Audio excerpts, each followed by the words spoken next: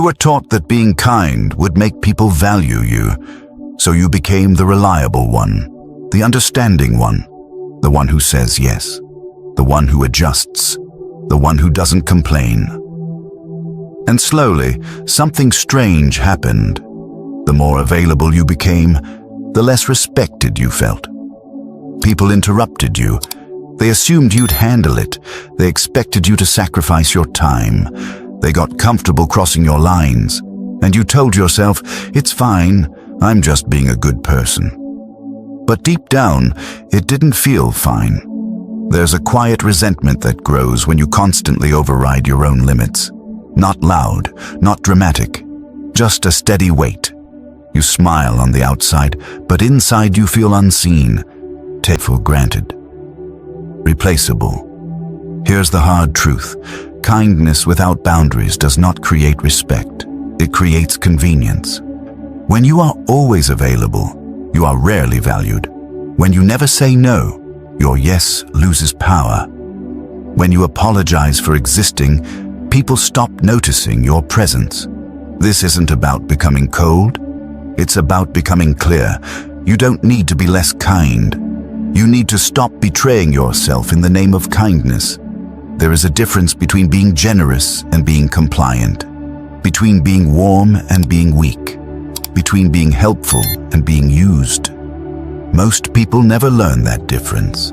They think respect is earned through overgiving, through proving, through pleasing, through avoiding conflict.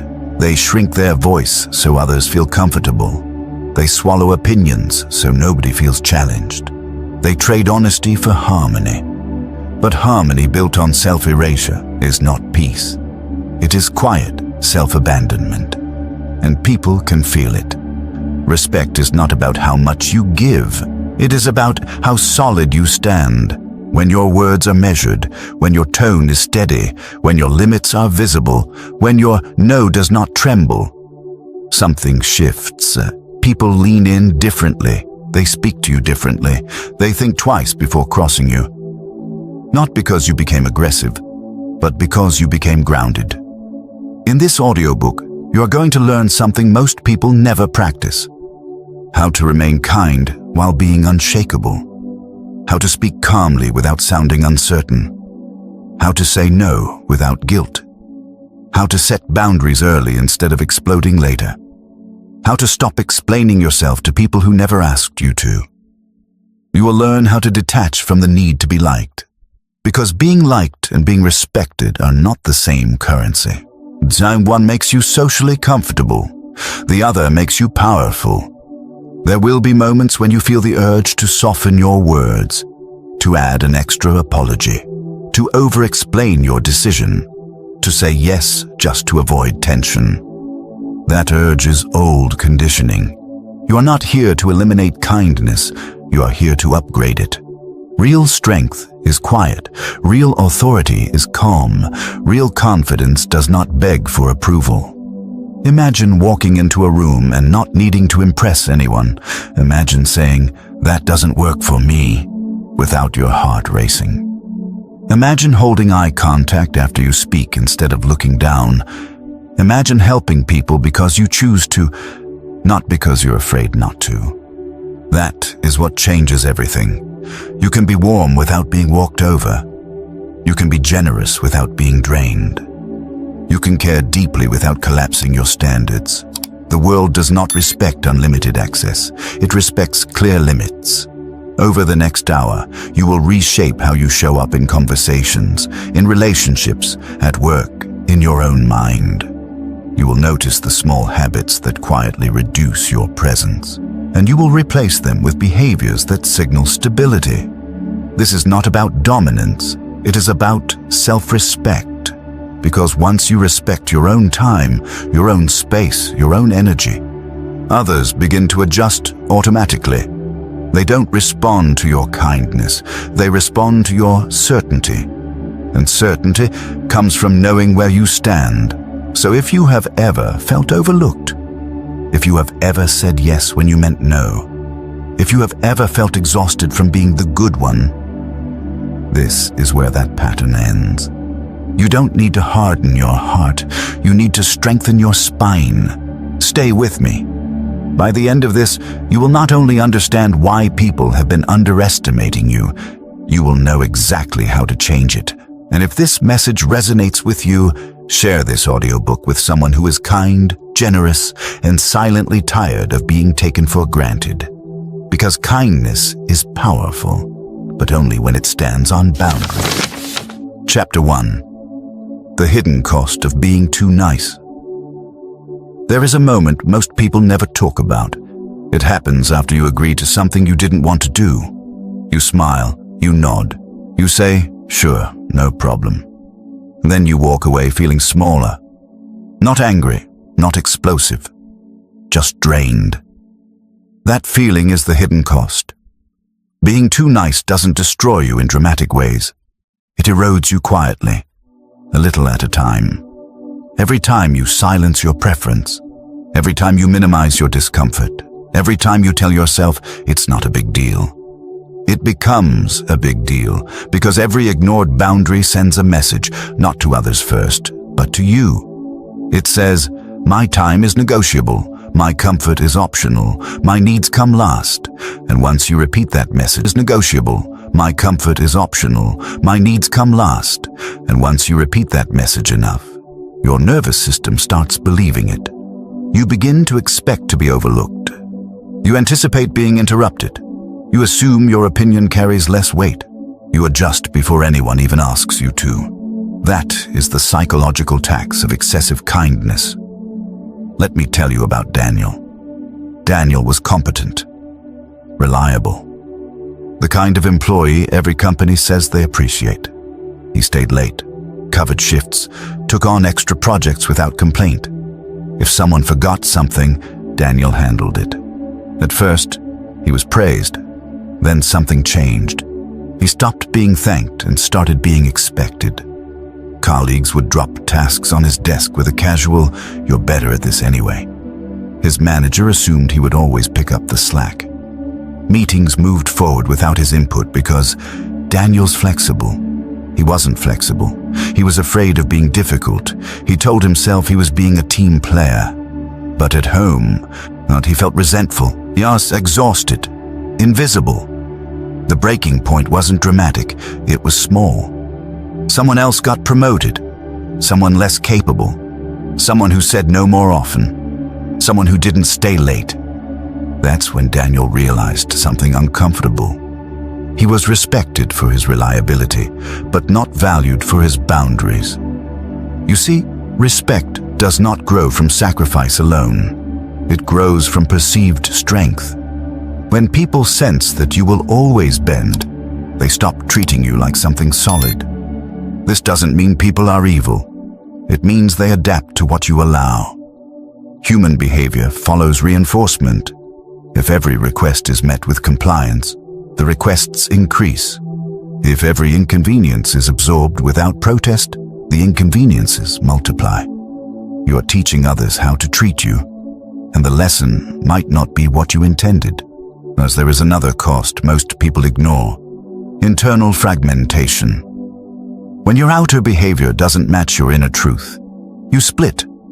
One part of you wants peace, another part wants honesty. One part wants approval, another part wants dignity. That internal tension creates anxiety. You replay conversations later. You think of what you should have said. You imagine stronger versions of yourself. But in the moment, you freeze into politeness. Why? Because being liked feels safer than being firm. From childhood, many people were rewarded for being agreeable. Quiet children were praised. Compliant children were labeled good. Disagreeing was called disrespectful. Expressing anger was seen as rude. So you learn to suppress friction, but friction is not violence, it is clarity. A boundary is not aggression, it is definition. When you remove definition from your personality, people stop seeing your edges. And when they can't see your edges, they walk through them. Being too nice also distorts perception. When you overgive, people subconsciously lower the perceived value of what you offer. Not because they don't care, but because scarcity creates weight. Effort that appears effortless gets taken for granted. If you are always available, your availability becomes invisible. If you always help, your help feels standard. If you never push back, your silence becomes background noise. This is not about becoming harsh, it is about recalibrating how your presence is felt. Strong individuals radiate something different. It is not loudness, it is not dominance, it is contained certainty. They do not rush to fill silence, they do not over-justify decisions, and they do not soften every statement with apology. And because of that, their kindness feels intentional, not automatic. Intentional kindness is powerful. Automatic kindness is predictable. Predictable behavior invites testing. Testing leads to erosion. Here is the deeper truth. When you constantly override your limits, you lose self-trust. You start doubting your own instincts. You feel discomfort, but ignore it. You sense unfairness, but rationalize it. Over time, you become disconnected from your own signals. And a person disconnected from their signals cannot stand firmly. Self-respect begins internally, not externally. Before others respect your boundaries, you must enforce them in private. That means noticing the moment discomfort appears. The tightness in your chest, the hesitation before you say yes, the pause before you volunteer again. That pause is your wisdom speaking. Too often, you silence it. The cost of being too nice is not that others take advantage. The cost is that you abandon yourself. And once self-abandonment becomes habitual, your confidence weakens. Confidence is built through alignment. When what you think, what you feel, and what you say match, your nervous system stabilizes. Your posture changes, your voice steadies. But when you constantly edit yourself for comfort, your presence shrinks. This chapter is not about blaming your kindness. Kindness is strength, but strength without structure collapses. You're allowed to be generous and selective, warm and firm, supportive and unavailable. The hidden optional. Ask yourself, where have I been saying yes out of fear? Where have I been apologizing for simply existing? Where have I been absorbing tension to keep the peace? Awareness is the first reclaiming of ground. From here forward, your goal is simple. Notice the moment before compliance. That moment is power. And power, used calmly, changes how the world responds to you. Chapter 2. Why people don't respect overgivers. There is a pattern that repeats itself in workplaces, relationships, families, and friendships. The person who gives the most is rarely the one treated with the most respect. At first, that sounds unfair. Shouldn't generosity earn admiration? Shouldn't helpfulness create value? In theory, yes. In reality, no. Because respect is not built on how much you give. It is built on how clearly you define your limits. When you overgive, something subtle happens. Your effort becomes expected. Your availability becomes standard. Your sacrifice becomes invisible. People adapt quickly. If you answer every call immediately, they stop appreciating the response time. If you always adjust your schedule, they stop asking if it works for you. If you never push back, they stop checking your boundaries. Look, it is not cruelty. It is conditioning. Human beings respond to patterns, and overgiving creates a dangerous pattern. Unlimited access. Unlimited access lowers perceived value. Think about anything in life that feels rare. It carries weight. It feels intentional. It demands respect. Now think about something always available, always there, always accessible. It fades into the background. The same rule applies to your time, your energy, and your emotional labor. When your help feels automatic, it loses impact. There is another layer most people miss. Overgiving often carries invisible tension. You might say yes with a smile, but internally you feel pressure. You feel the cost. That emotional friction leaks into your tone, your posture, your micro-expressions. People sense it. And when generosity feels strained instead of grounded, it doesn't command respect. It signals instability. Strong individuals give from choice, not obligation. There is a difference. Choice feels calm. Obligation feels anxious. When you give because you're afraid of disappointing someone, your nervous system tightens. Your voice shifts slightly. Your breathing changes. Even if you think you are hiding it, others detect the subtle signal you are not fully in control. Respect depends on perceived control. If someone senses that you cannot comfortably say no, they unconsciously place you lower in the hierarchy. Not because they dislike you, but because hierarchy is built on firmness. Let me tell you about Maya. Maya was the emotional anchor in her friend group. If someone had a problem, they called her. If someone needed advice, she listened for hours. But she rearranged her schedule to support birthdays, events, last-minute crises. She believed loyalty meant availability. Over time, something shifted. Her calls were no longer urgent. They were expected. Her time was no longer requested. It was assumed. When she tried to say she was tired, friends responded with surprise. "You're always so strong," they said. Strong, but exhausted. The moment she declined an invitation for the first time, the reaction wasn't anger. It was confusion, as if she had broken an unspoken contract. That contract had been written by her own behavior. Overgiving rewrites your identity in the minds of others. You stop being seen as a person with preferences. You become the role you play. Reliable, flexible, always there. Roles are convenient. People respect individuals. They rely on roles. If you want respect, you must step out of the role. Another truth, overgiving reduces tension, and tension is necessary for boundaries. When you eliminate all friction, you eliminate all definition. Think of a leader who never disagrees, never challenges, never says no. They might be liked, but they are not feared. And without a certain level of perceived firmness, authority dissolves. You do not need to intimidate anyone, but you must be comfortable holding mild discomfort. Discomfort is the gateway to respect. When you pause before answering, when you say, "Let me think about that," when you decline without over-explaining, you create space. Space signals deliberation. Deliberation signals strength. Overgivers eliminate space. They respond instantly. They agree quickly. They fill silence nervously. And in doing so, they unintentionally communicate lower status. High-value individuals are not rushed by external pressure. They are anchored internally.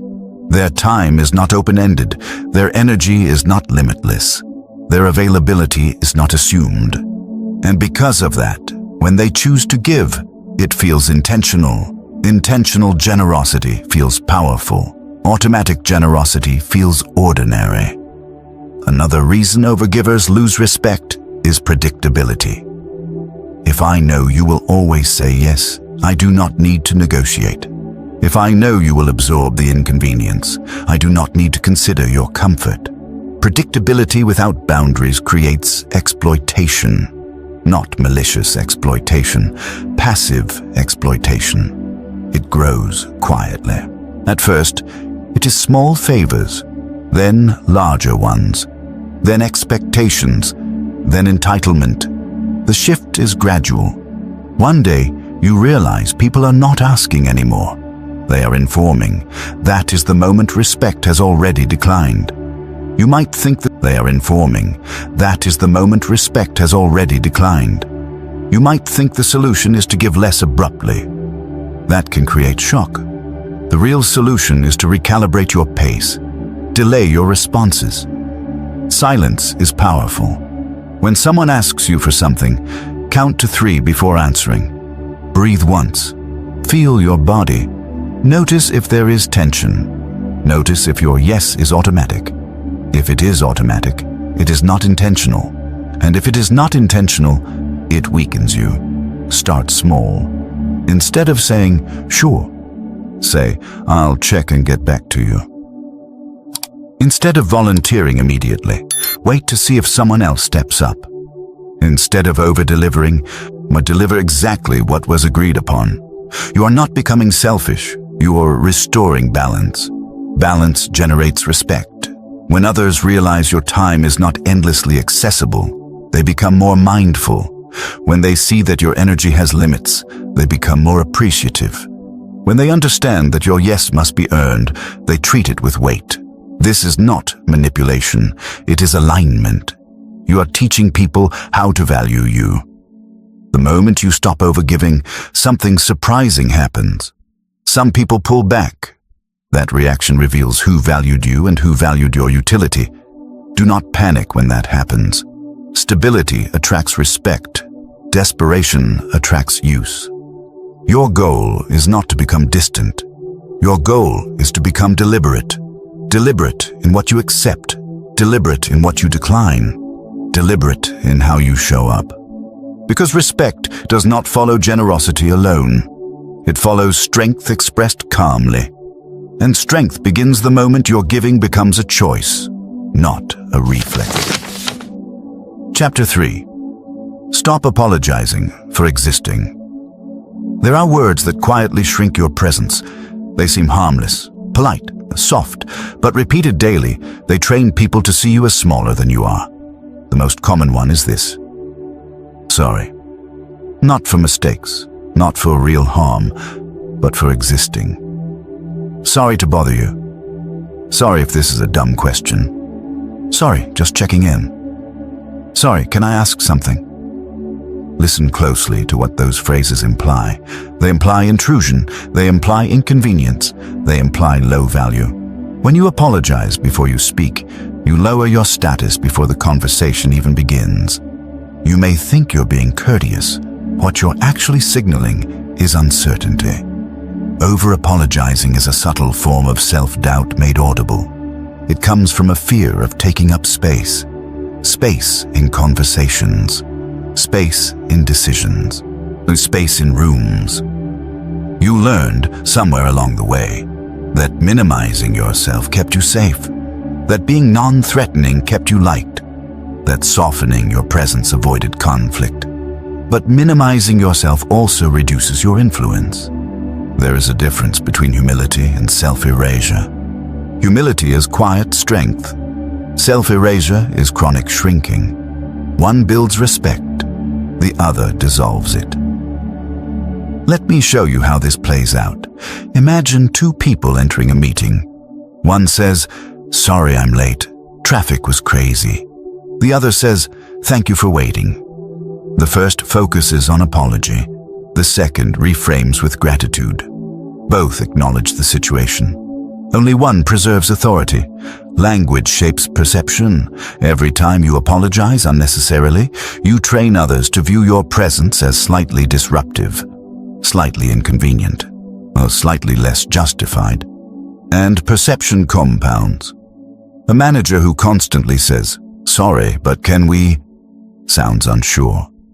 A leader who says, "Let's do this," sounds certain. Certainty commands attention. Unnecessary apology invites dismissal. This doesn't mean you stop apologizing when you're wrong. Accountability builds respect, but reflexive apology weakens it.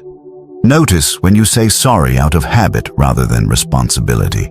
You bump into someone, that's appropriate. You make an error, take ownership. But saying sorry because you're asking a question, because you're clarifying expectations, because you're expressing preference, that is self-minimization. The deeper issue isn't the word, it's the belief behind it. The belief that your needs are secondary, that your voice is optional, that your time is less valuable. Then when you hold that belief, your body language shifts too. Shoulders curve slightly inward. Voice lowers at the end of sentences. Eye contact breaks early. These signals are small, But humans are highly sensitive to subtle cues. People do not consciously think, this person lacks authority. They simply feel it, and feelings guide behavior. If you want to command respect, you must first become comfortable occupying space without apology. Start by replacing your language. Instead of, sorry to bother you, say, when you have a moment. Instead of, sorry, just checking in, say, following up on this. Instead of, sorry if this is stupid, say, here's a thought. Short, direct, neutral. Notice something important. Neutral language feels stronger than emotional language.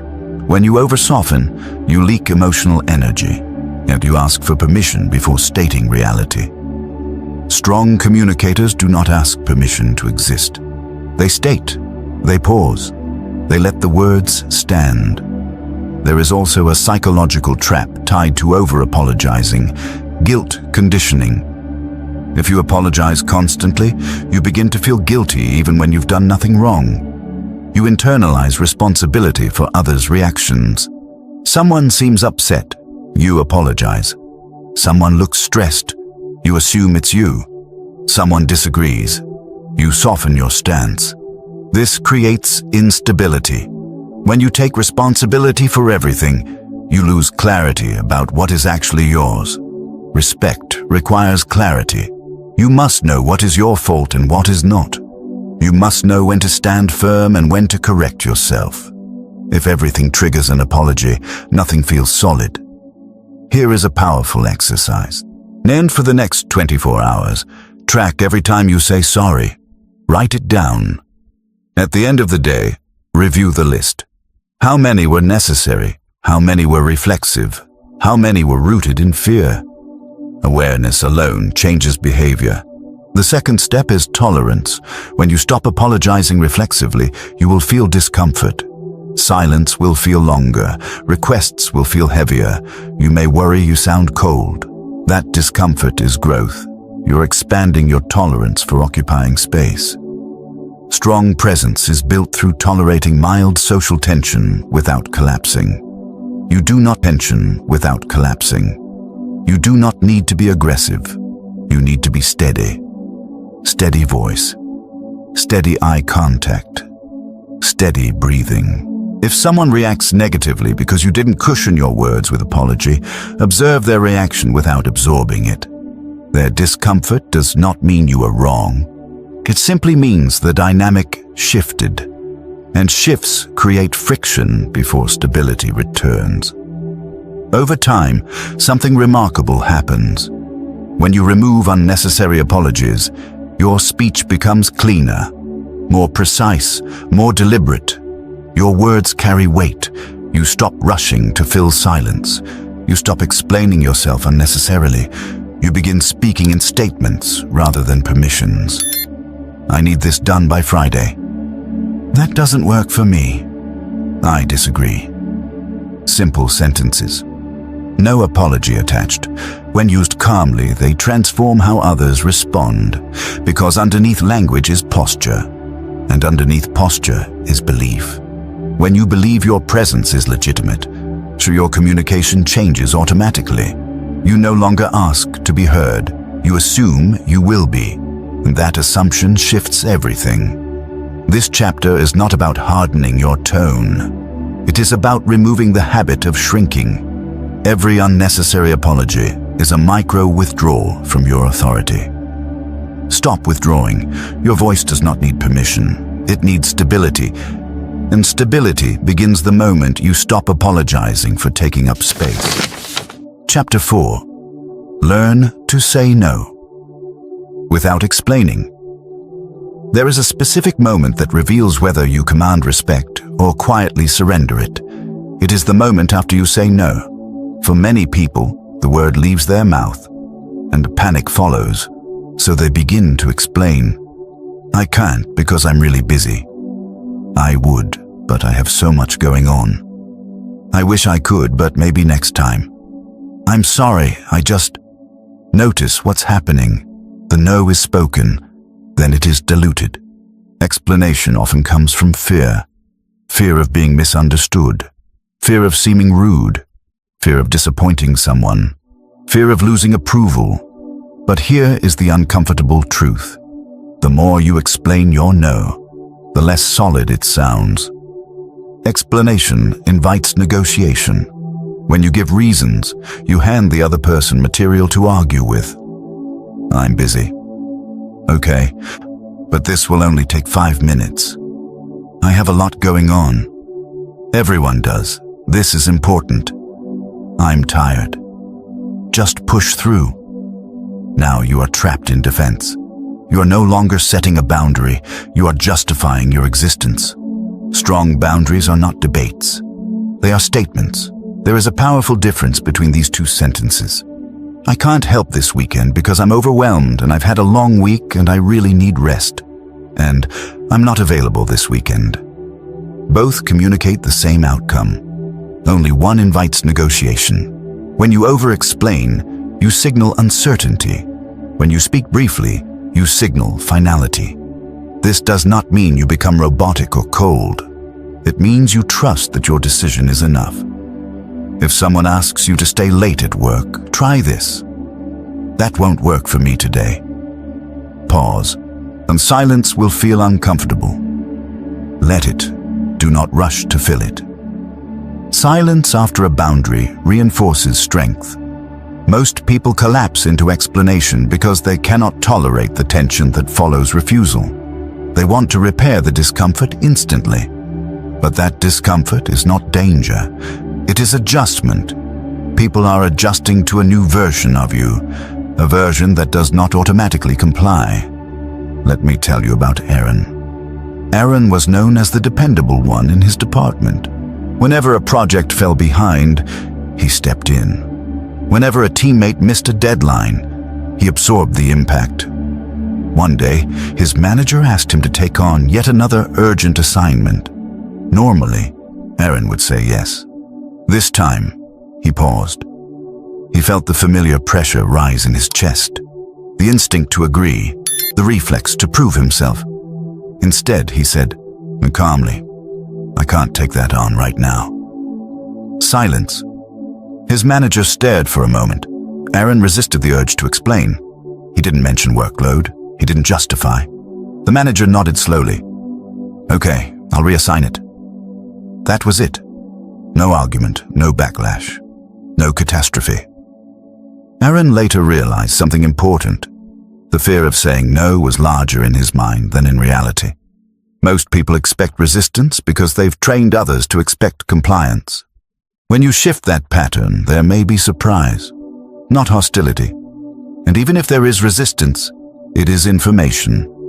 If someone reacts with anger or manipulation when you set a boundary, that reveals the foundation of the relationship.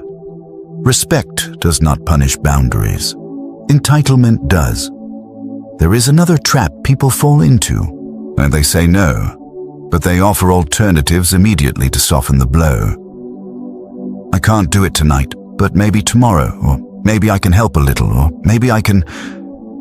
That reflex again comes from discomfort. You do not owe compensation for protecting your time. If you genuinely want to offer an alternative, do it from choice, not anxiety. Choice feels grounded. Anxiety feels rushed. Your tone matters here. A strong no is calm, not sharp. If you sound irritated, people hear hostility. If you sound shaky, people hear weakness. Aim for neutral steadiness. Lower your pitch slightly, slow your pace, finish your sentence without trailing upward. That doesn't work for me. Period. There is power in completion. Another key principle: do not apologize after a boundary. "I'm sorry, but I can't." Remove the apology, and it subtly reframes your boundary as a wrongdoing. You're not wrong for protecting your energy. You're not wrong for declining requests. You're not wrong for choosing yourself. Boundaries are not acts of aggression. They are acts of alignment. Here is a practical exercise. For the next week, implement the one-sentence rule. Anytime you decline something, use one sentence only. No additional justification unless directly asked. If they ask why, Respond briefly, "I have other priorities," and stop. Notice what happens. You will feel exposed at first, vulnerable, slightly guilty. That is the withdrawal from approval addiction. Approval addiction makes you believe your value depends on constant accommodation.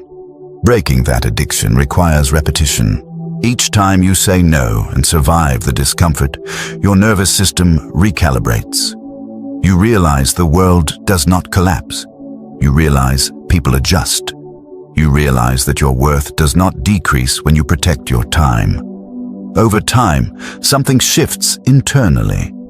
You stop seeing no as rejection. You start seeing it as selection. You are selecting where your energy goes. You are selecting how your time is used. Operate by. Selection signals authority. Authority creates respect. Remember this. People do not respect those who never refuse. They rely on them. Reliance is not the same as respect. Respect requires edges. And edges are visible when you can say no without explanation, without apology, without emotional collapse. Your no is not a weapon. It is a boundary line. Speak it clearly. Hold it calmly. Let it stand. And watch how differently the world begins to respond. Chapter 5. Set boundaries. Early. Most people don't struggle with boundaries because they don't believe in them. They struggle because they set them too late. They wait until they're exhausted. They wait until they're irritated. They wait until resentment has already built up. And by that point, the boundary doesn't come out calm. It comes out emotional. When boundaries are delayed, they feel like attacks. When boundaries are early, they feel like clarity. This is where many kind people sabotage themselves. At the beginning of a relationship, a job, a friendship, a collaboration, they say yes to everything. They want to seem cooperative, easygoing, supportive. So they overextend. They respond to messages instantly. They adjust schedules without question. They tolerate small inconveniences. Those small concessions become the standard. Then months later, when they finally try to pull back, it feels dramatic. Why are you suddenly distant? You never had a problem before. What changed? Nothing changed. You just reached your limit. But because the limit was never communicated early, it now feels like a personality shift instead of a healthy adjustment. Boundaries set early prevent emotional explosions later. Clarity at the beginning protects respect at the end. Think about any strong leader you've encountered. They don't wait until they're angry to clarify expectations. They define them up front. This is the deadline. This is how we communicate. This is what I'm available for. There's no hostility in those statements. Just definition. Definition reduces confusion. Confusion invites overreach. If you never clarify what works for you, people will test what they can get away with, not always consciously. But human nature explores open space. If there is no visible edge, the boundary does not exist. Let's look at relationships. In the early stages, people often ignore red flags to maintain harmony. A friend consistently cancels plans last minute. A partner interrupts frequently. A co-worker sends messages late at night.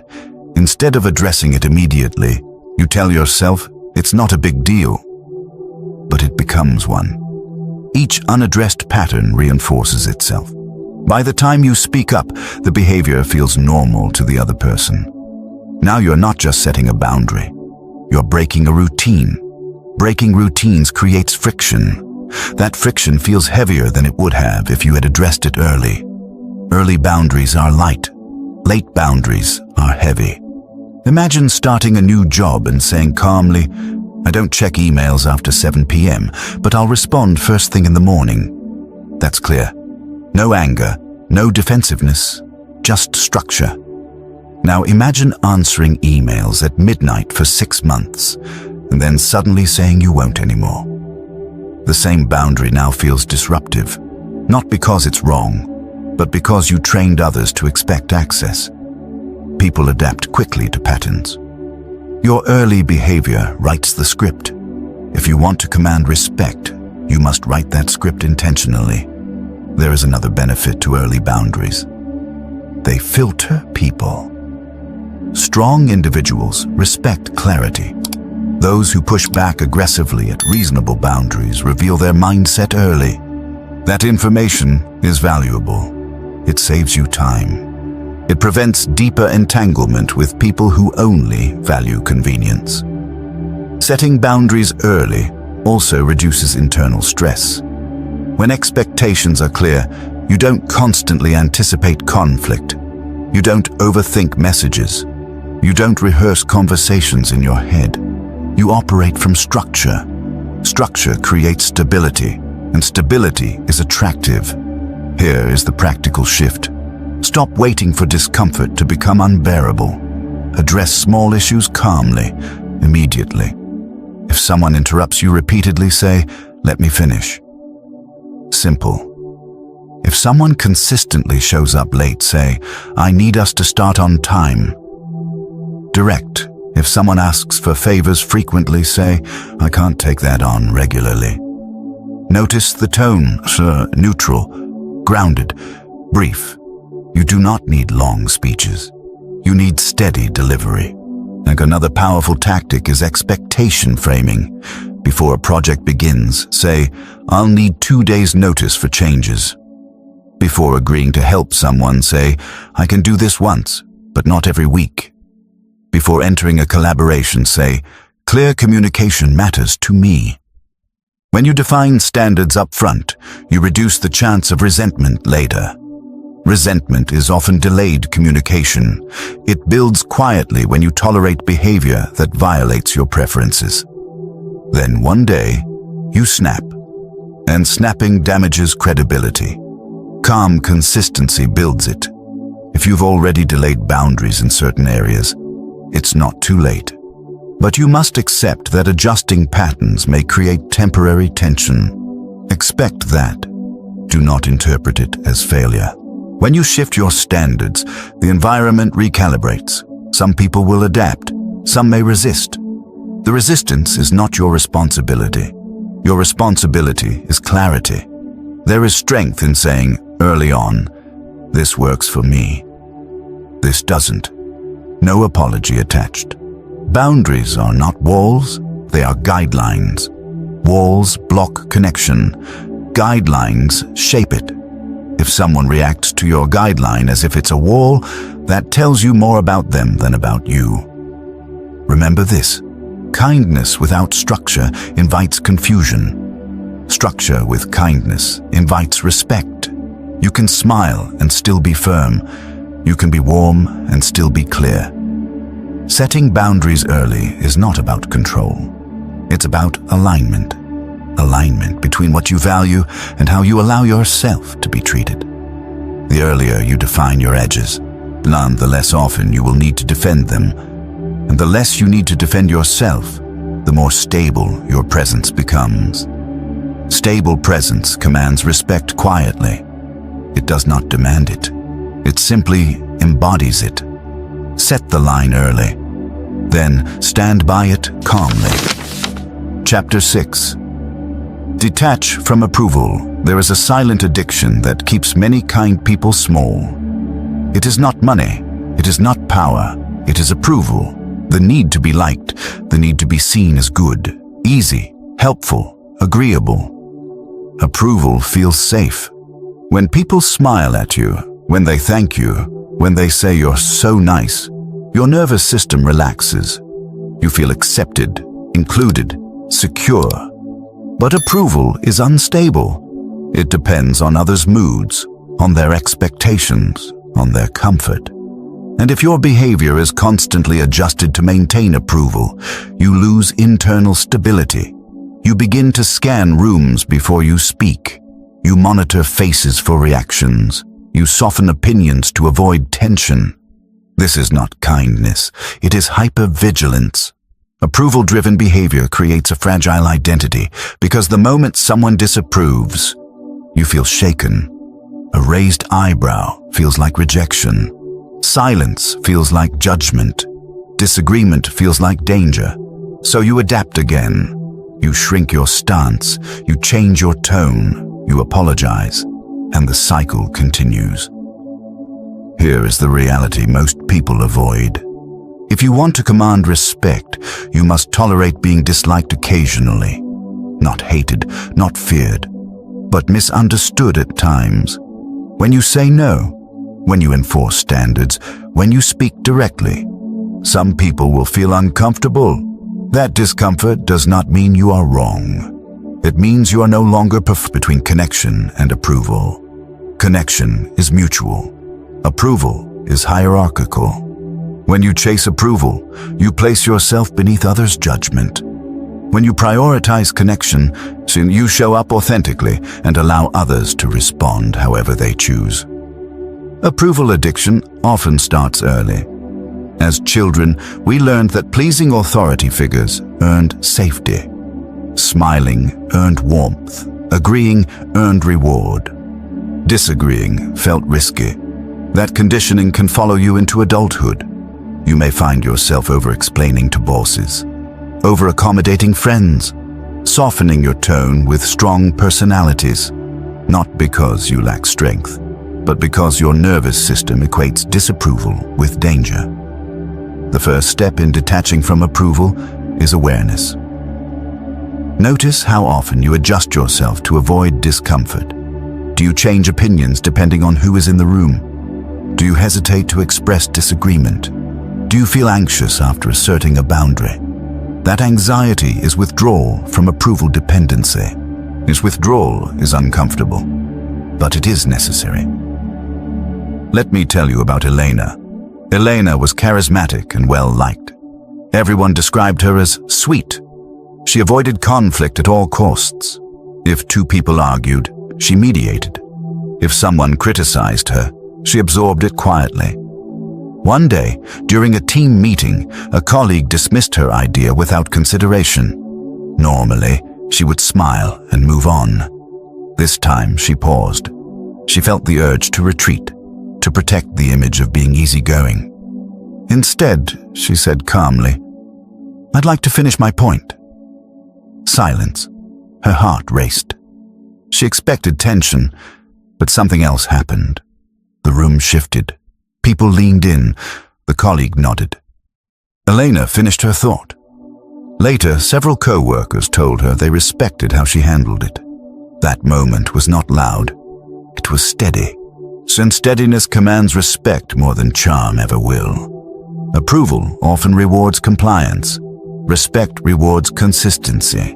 If your behavior shifts based on who is watching, people sense instability.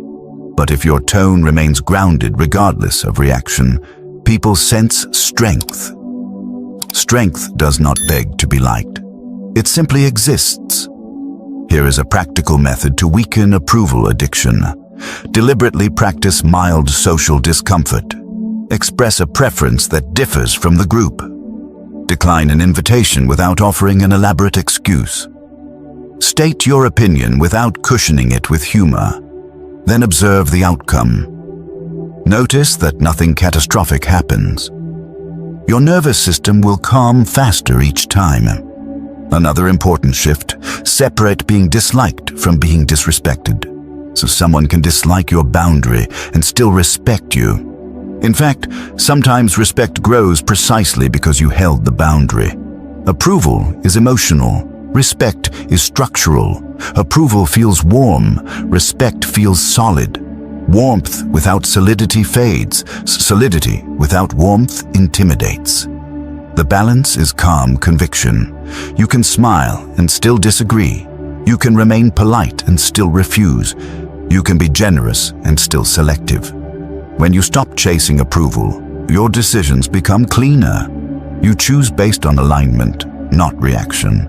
You speak because it's true, not because it will be praised.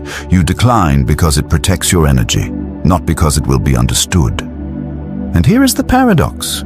When you stop needing approval, you often receive more of it. Because confidence is attractive, stability is calming. People trust those who are not constantly adjusting themselves. They feel safer around someone who stands firmly. Detachment from approval does not mean becoming indifferent. It means becoming anchored. Anchored in your values, anchored in your limits, anchored in your voice. When you are anchored, reactions no longer dictate your behavior. They become information, not instruction. If someone approves, you remain steady. If someone disapproves, you remain steady. That steadiness changes how people relate to you. You stop being the person who tries to please everyone. You become the person who is clear about who they are. And clarity commands respect. Let go of the need to be universally liked. It is an impossible goal. Aim instead to be internally aligned. Because once your approval of yourself becomes stronger than the approval of others, your presence shifts. You speak slower, you pause longer, you decide more deliberately. And that quiet certainty is what people respond to. Not your niceness, not your compliance, but your conviction. Chapter 7. Control your tone, control the room. You can say the right words and still lose respect. You can set a boundary and still sound unsure. You can refuse a request and still appear apologetic. Why? Because people respond to tone before they respond to content. Tone carries authority, not volume, not aggression, not intensity, control. If your voice rises at the end of sentences, it sounds like a question. If you rush your words, it sounds like anxiety. If you soften laughter, it sounds like uncertainty. You may not notice it. Others do. And when tone signals insecurity, people instinctively lean into it. They push further. They test more. They assume flexibility. Most overly kind people don't struggle with what to say. They struggle with how they say it. There is a subtle tremor that enters their voice when they assert themselves. A slight upward pitch. A quickening pace, a smile that appears too quickly after something firm is spoken. That tremor communicates this: I'm not fully comfortable holding this line. And people sense it. You do not need to dominate a room to command respect. You need to regulate your nervous system. Your tone is a reflection of your internal state. If you feel anxious about disagreement, your tone will reveal it. If you feel guilty about setting boundaries, your voice will soften unnaturally. If you fear confrontation, your sentences will trail off. Calm tone equals internal stability. Internal stability equals perceived strength. Let's look at two versions of the same statement. Version 1. I don't think that really works for me. Maybe we could. I don't know. Version 2. That doesn't work for me. Same message, different impact. The difference is not arrogance, it is certainty. Certainty is quiet, it does not overcompensate, it does not rush, it does not fill space unnecessarily. To control your tone, you must first slow your pace. Most people who fear tension speak too quickly. Speed signals nervousness. Deliberate speech signals control. Slow down by 10%. Pause between sentences. Allow silence to exist without panic. Silence, when held calmly, increases your perceived authority. There is power in finishing a sentence and saying nothing else. Try this exercise. Speak a firm sentence in front of a mirror. I'm not available. Now say it again, but slower. Lower your pitch slightly. Let your shoulders drop. Maintain eye contact with your reflection. Notice the difference in how it feels. Tone is not about being intimidating. It is about being anchored. Another critical element is vocal pitch. Higher pitch often communicates excitement or nervousness. Lower pitch communicates steadiness. You do not need to artificially deepen your voice. You simply need to breathe before speaking. When you breathe from your diaphragm instead of your chest, your tone naturally stabilizes. Shallow breathing equals shallow tone. Deep breathing equals grounded delivery. Body posture also affects tone. If your shoulders are collapsed and your chin is lowered, your voice compresses. If your posture is upright, your words project naturally. You don't need to stand rigidly. You need alignment. Spine straight, shoulders relaxed, chin level.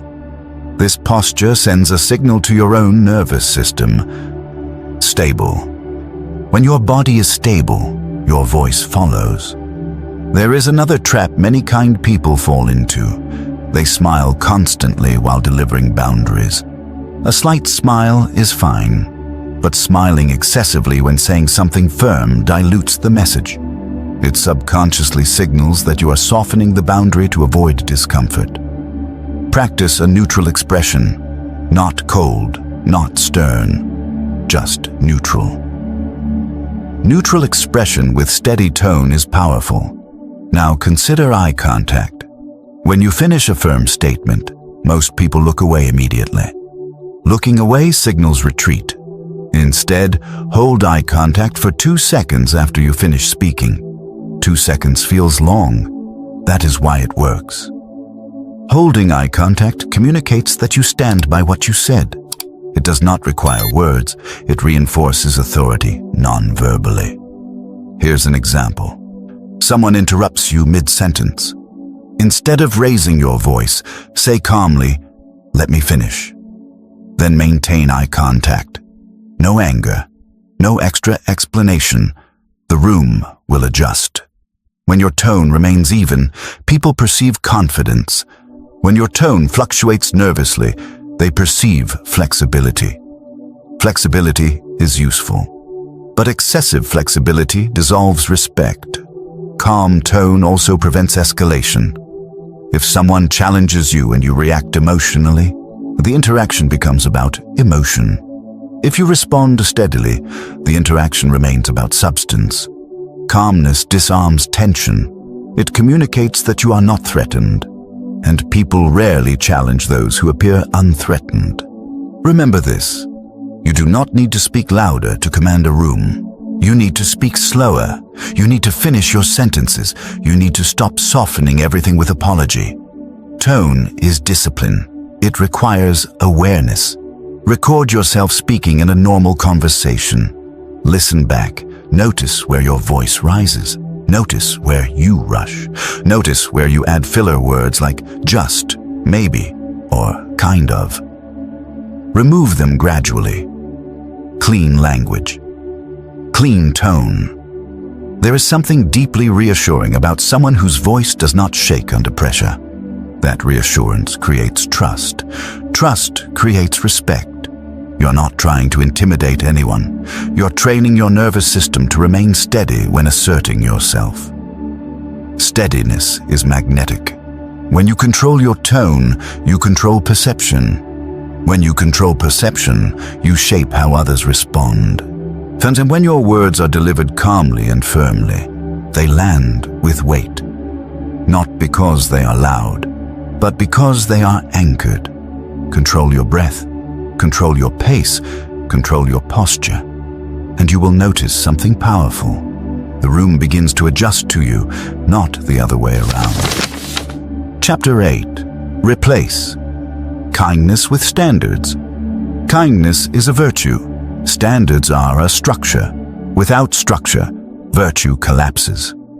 Many people believe that if they are good enough, patient enough, generous enough, others will automatically treat them well.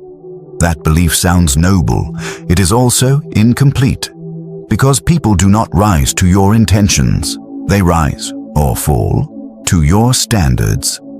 If your only strategy in relationships is kindness, you leave behavior undefined. Undefined behavior expands. You tolerate lateness. You tolerate disrespect disguised as humor. You tolerate inconsistency. You tolerate being last on the priority list. You call it understanding. Others call it permission. Standards are not about controlling others. They're about defining what you participate in. There is a crucial shift here. Instead of asking, "How can I be more kind?" ask, "What do I accept?" That question changes everything. Acceptance sets the baseline. If you accept interruptions, you will be interrupted. If you accept being undervalued, you will be undervalued. If you accept inconsistency, you will receive inconsistency. Standards are invisible lines. They are not announced dramatically, and it actually is. A standard is a repeated behavior that you enforce without emotional escalation. It is not a threat. It is not an ultimatum. It is alignment between your words and your actions. For example, if someone repeatedly cancels plans at the last minute, kindness says, "It's okay, I understand."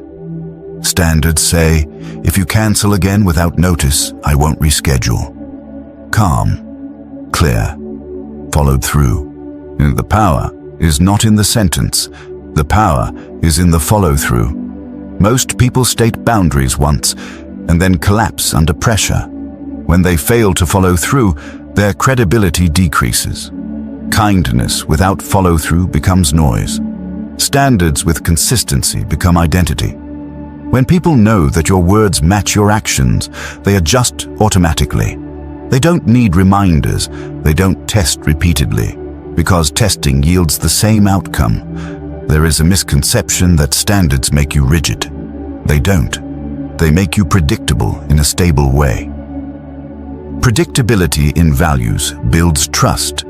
If people know you don't tolerate disrespect, they will think twice before offering it. If people know you don't engage in gossip, they will stop bringing it to you. If people know your time is protected, they will schedule more thoughtfully. Not because you demanded it loudly, but because your behavior trained them. Kindness focuses on comfort. Standards focus on integrity. Comfort is temporary. Integrity is structural. When you operate only from kindness, you constantly adjust to maintain peace. When you operate from standards, peace is maintained by clarity. Let's look at a practical shift. Define 5 non-negotiables in your life, not dramatic ones. Simple, stable ones. Examples. I don't accept being spoken to disrespectfully. I don't respond to messages after a certain hour. I don't commit to plans I don't want to attend. I don't tolerate chronic lateness. I don't lend money without clear terms. These are not attacks. They are guidelines for participation. Now here's the crucial part. You do not need to announce all of them, and you enforce them quietly. If someone speaks disrespectfully, you respond once. Don't speak to me like that. If it continues, you disengage. No yelling, no drama. Disengagement is a powerful standard. It communicates that access to you is conditional. Conditional access increases respect. Unlimited access decreases it. Another key element of standards is self-application. If you expect punctuality, you must be punctual. If you expect honesty, you must be honest. If you expect calmness, you must remain calm. Standards lose power when they are inconsistent. Consistency builds authority. Authority does not shout, it repeats calmly. When people know what you stand for, they don't need to guess. And when they don't need to guess, they feel stability. Stability commands respect more than charm ever will. There will be pushback at times. When you begin enforcing standards, some people may react. They may call you distant. They may say you've changed. They may accuse you of being cold. What they are really reacting to is loss of convenience. Convenience feels like closeness to those who benefit from it. But closeness built on self-sacrifice is fragile. When you replace convenience with clarity, the right people remain, and they respect you more deeply. Here is the deeper transformation. When you operate from standards, you stop needing external validation. Your behavior is guided internally. You no longer ask, will they be upset? You ask, is this aligned? Alignment removes confusion. Confusion weakens presence. Strong presence comes from internal agreement. Your thoughts, your words, and your actions match. That congruence is powerful. People feel it. They may not articulate it, but they sense coherence. and coherence commands respect. Warmth is still important. Compassion still matters. But compassion without boundaries drains you. Standards protect your energy. Energy preserved becomes confidence. Confidence expressed calmly becomes authority. Authority expressed consistently becomes respect. You do not need to harden your personality. You need to solidify your principles. Kindness should be intentional. Standards should be non-negotiable. When both coexist, you become steady. Steady people are not pushed around. They are not easily manipulated. They are not constantly explaining themselves. They move deliberately. They speak clearly. They enforce quietly. Replace excessive kindness with clear standards. Keep your warmth, keep your generosity, but anchor them in structure, because structure sustains respect, and respect sustains your peace. You do not need to become colder. You do not need to become harsher. You do not need to change your heart. You only need to change your standards. Over the last hour, you've seen something clearly. Being too kind was never the real problem. The problem was kindness without structure, generosity without limits, warmth without firmness. You are not weak. You are undefined. And undefined people get shaped by other people's expectations. But now you understand something different. Respect is not granted because you sacrifice. It is granted because you stand. When your no is steady, when your tone is calm, when your time is protected, when your words match your actions, something shifts. People adjust. They don't always announce it, but they feel it. They feel the edges. They feel the clarity. They feel that access to you is intentional, not automatic. And that changes how they approach you. This transformation is not dramatic. You won't wake up tomorrow as a different personality. It's subtle. It begins in micro moments. The pause before you say yes. The silence after you state a boundary. The refusal to apologize unnecessarily. The choice to hold eye contact instead of looking away. Small adjustments, repeated consistently. That's how identity changes. Here is what will happen next. Some people will respect you more immediately. They will sense the steadiness. Others may feel uncomfortable. They may say, "You've changed." You have. You stopped overcompensating. You stopped over-explaining. You stopped over-giving. And if someone only valued you for your availability, they may react. Let them.